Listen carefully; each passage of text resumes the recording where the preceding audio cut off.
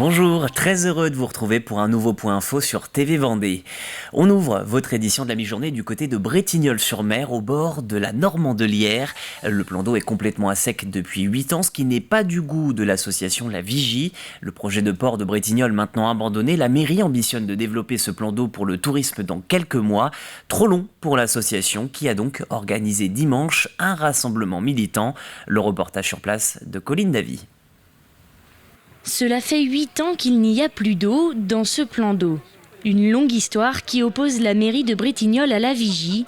Cette association milite pour sa remise en état comme avant. Aujourd'hui, nous considérons qu'il n'y a plus rien qui empêche que l'on puisse remettre en état, en fonctionnement, ce plan d'eau. C'était un endroit reconnu et connu sur l'ensemble pas de la Vendée, n'exagérons rien, mais des communes alentours, il ne faut pas oublier. Et c'est un endroit unique sur le littoral. C'est regrettable qu'il n'y ait pas d'eau dans cet espace, quoi. Des regrets, mais pas de résignation pour autant. Une course de palmes, une autre de surf. Des jeux nautiques, mais sur le sable. L'action est symbolique, elle doit soutenir le message de la pétition lancée l'an dernier. Cette pétition a recueilli plus de 5000 signatures en faveur du réaménagement du plan d'eau et de sa remise en service. Et ce sont aujourd'hui 5000 personnes qui se sont exprimées, qui ne sont pas entendues. Et on essaye de porter leur voix auprès de la municipalité pour relancer le réaménagement de ce plan d'eau qui aujourd'hui tarde. Mais pour la municipalité, si le projet tarde, c'est en raison de sa complexité. Selon le maire, l'état actuel du plan d'eau ne permet pas, à moindre coût et dans des délais courts, sa remise en service. Oui, il y aura un plan d'eau à la Normandelière dans le projet d'aménagement qui sera proposé. Ça ne fait pas de doute.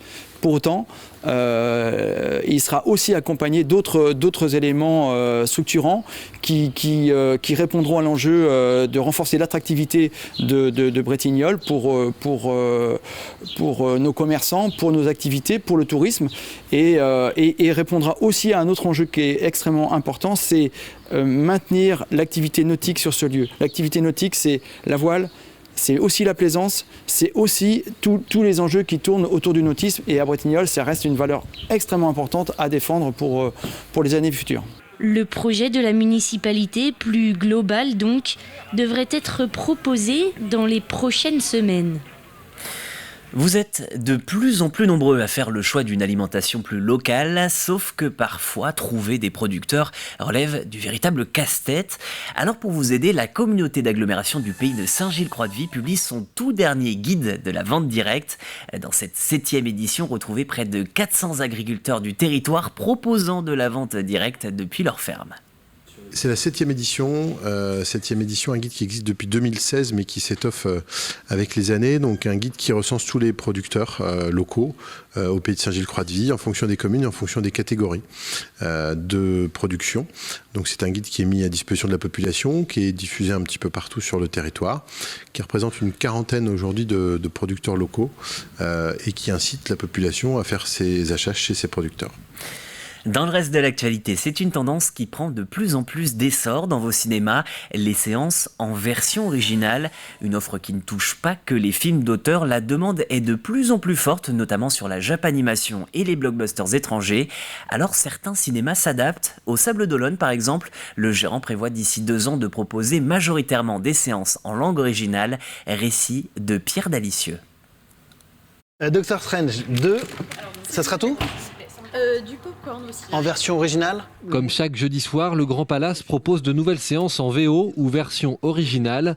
Ce soir-là, une 50aine de spectateurs se sont déplacés. J'aime bien voir la version originale parce que avoir la vraie voix des acteurs, c'est toujours plus authentique, on va dire. Je préfère voir un film en VO sous-titré que pas le voir du tout. Ah. On est bien d'accord. Et si tu as le choix des deux ? Les deux de quoi ? VF ? Alors si je suis très fatiguée et que j'ai pas envie de me fatiguer, j'irai voir en VF. Mais le summum du summum, c'est la VO. Don't forget. Il y a 10 ans, le Grand Palace ne proposait aucune séance en VO, mais avec l'engouement, le cinéma va bientôt projeter plus de films en version originale.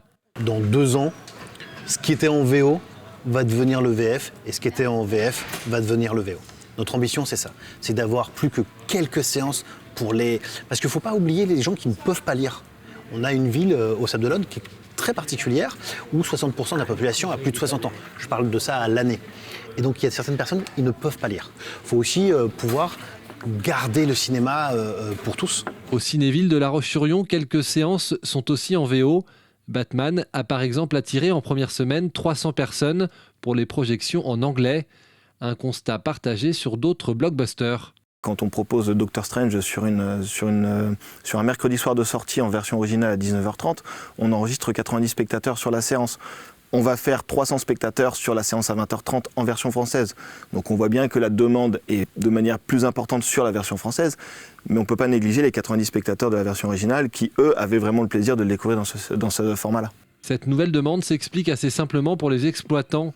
D'abord, la croissance des abonnements aux plateformes de streaming, mais aussi la crise sanitaire. Les personnes qui habitaient dans les grandes villes se sont plutôt réfugiées dans des villes de taille moyenne, mais ces personnes-là avaient déjà des habitudes à l'époque.